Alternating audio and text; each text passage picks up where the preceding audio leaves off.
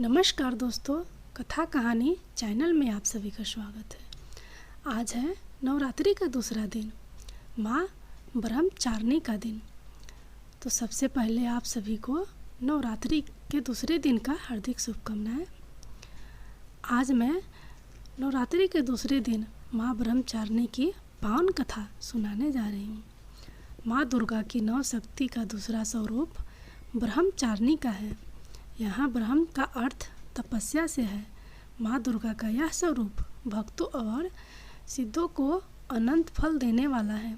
इनकी उपासना से तप, त्याग, वैराग्य, सदाचार और स्वयं की वृद्धि होती है। देवी का यह रूप पूर्ण ज्योतिमय और अत्यंत भव्य है। इस देवी के दाएं हाथ में जप की माला है और बाएं हाथ में यह कमंडल धारण किए हैं। कथा के अनुसार पूर्व जन्म में इस देवी ने हिमालय के घर पुत्री रूप में जन्म लिया था और नारद जी के उपदेश से भगवान शंकर को पति रूप में प्राप्त करने के लिए घोर तपस्या की थी। इस कठिन तपस्या के कारण इन्हें तपसारिणी अर्थात ब्रह्मचारिणी नाम से अभिहित किया गया।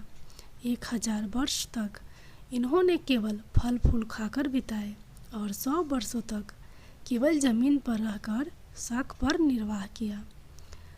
कुछ दिनों तक कठिन उपवास रखे और खुले आकाश के नीचे वर्षा और धूप के घोर कष्ट सहे। 3000 वर्षों तक टूटे हुए बिल्व पत्र खाए और भगवान शंकर की आराधना करती रही। इसके बाद तो उन्होंने सूखे बिल्व पत्र खाना भी छोड़ दिए। कई हजार वर्षों तक निर्जल और निराहार रहकर तपस्या करती रही। पत्तों को खाना छोड़ देने के कारण ही इनका नाम अपर्णा नाम पड़ गया। कठिन तपस्या के कारण देवी का शरीर एकदम क्षीण हो गया।